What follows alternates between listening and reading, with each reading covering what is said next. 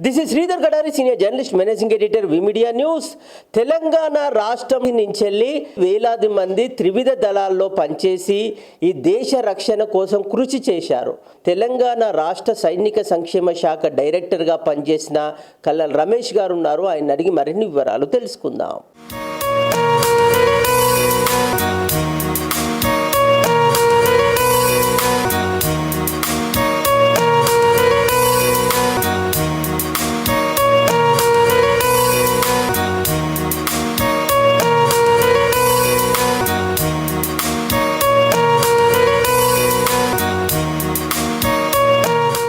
తెలంగాణ రాష్ట్రంలో సుమారు 50,000 మంది వరకు మాజీ సైనికులు లేక వారి ఫ్యామిలీస్ ఉన్నారండి. ఇంకా ముఖ్యంగా ఇవాళ రేపు మాజీ సైనికులకి చాలామంది ఈ ల్యాండ్ సమస్యలు కానీ లేకపోతే వివిధ రకాలైనటువంటి లీగల్ సమస్యలు వాళ్ళకి వస్తున్నాయి. వారికి ఎవరికి ఏ ప్రాబ్లం అయినా ఎక్కడికి పోవాలి, ఏ లాయర్ దగ్గరికి పోవాలి, ఎక్కడికి పోవాలి అన్నది వాళ్ళకి ఒక పెద్ద ప్రాబ్లం ఉన్నది.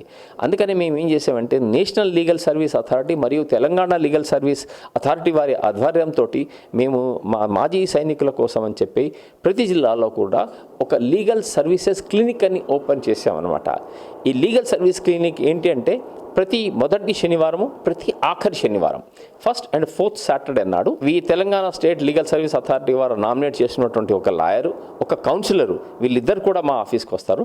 ఆ రోజు మాజీ సైనికులు వాళ్ళందరికీ వచ్చేసి వారి లీగల్ సమస్యలు చెప్పుకొని వారి నుంచి అడ్వైస్ తీసుకొని ఏ ప్రకారంగా ముందుకు వెళ్ళాలని చెప్పేసి ఒక ఫ్రీ అడ్వైస్ వాళ్ళు ఇస్తారనమాట.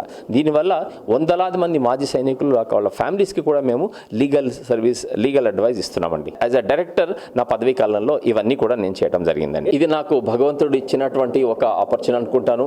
రాష్ట్ర ప్రభుత్వం ఇచ్చినటువంటి ఒక ఆపర్చునిటీ కాబట్టి భగవంతునికి, రాష్ట్ర ప్రభుత్వానికి, వీరందరికీ కూడా నేను మాజీ సైనికులకి సేవ కలిగించడానికి నాకు ఇచ్చినటువంటి ఒక అవకాశం కోసం వారందరికీ కూడా ధన్యవాదాలు తెలియజేస్తున్నాను.